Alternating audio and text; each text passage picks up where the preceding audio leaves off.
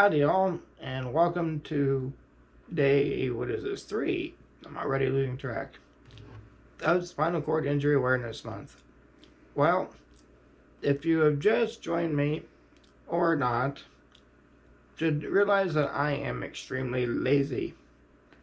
I do not lift a finger to help myself, and even beyond that, I do not even breathe on my own. So, this is the epitome of laziness.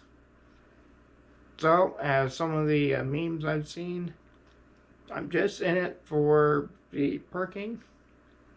Well, that's not quite correct. So, yesterday we looked at the different injury levels for spinal cord injury.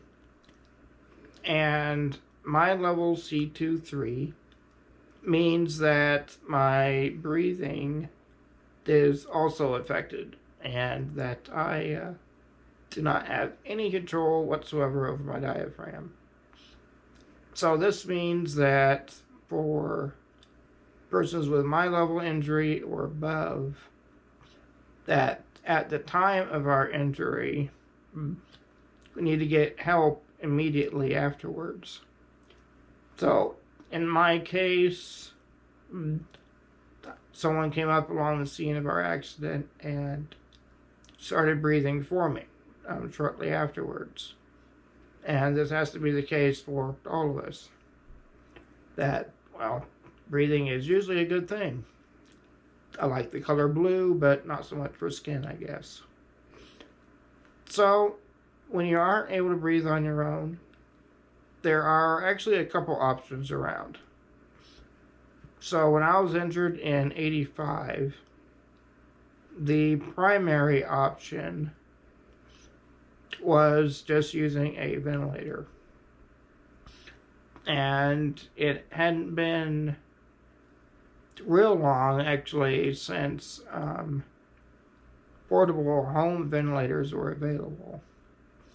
Before that, they had large iron lungs that basically were the size of a bed, that you were stuck in that all the time.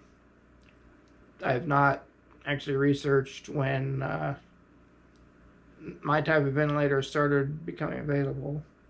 But anyway, I might do that at some point. So for 25 years, I used a regular ventilator. So I had a trach and had tubes going down my chest and then a box behind me that was a ventilator that then ran on a battery. And, this worked for a quarter century. So I went through grade school, high school, college, and several years after, and still lived a very active life. There are some people that say you can't be an active person with this situation, but you still can. You need to learn to maybe be aware of battery life with the ventilator. On my setup, I had on my wheelchair a separate car battery for the vent. So it would last maybe about 12 hours or so. And, that's a good amount of time. But for me, things changed in 2010. At that time, I received what is called a diaphragmatic pacemaker system. So this system is that I have 4 electrodes in my diaphragm and a 5th kind of ground wire in my gut.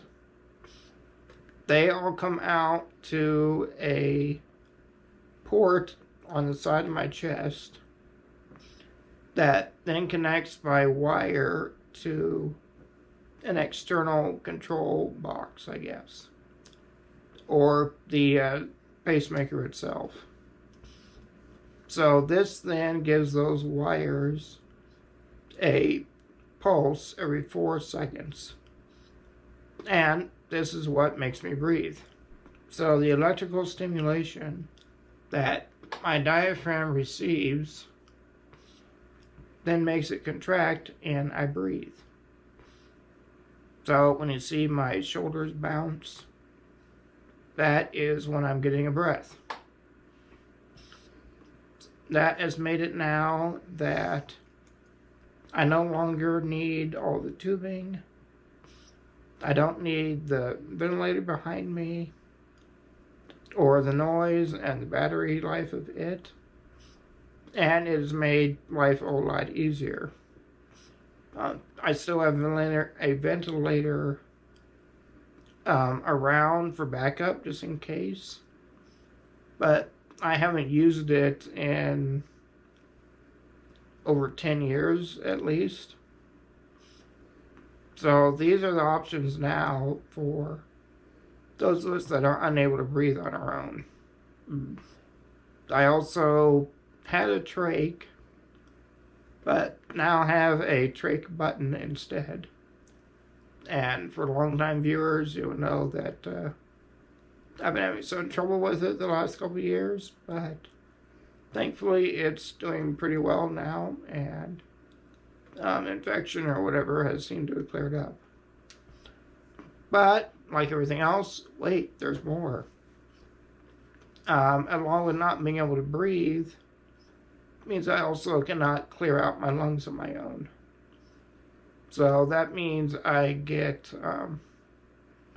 suctioned as needed, and I have a suction machine that is beside my bed here that I use, or a portable that also is behind me that I take whenever I go somewhere. Right now, sitting beside the fish tank is not very far away, so I don't have it behind me as is. But if I leave the house, then I have it with me.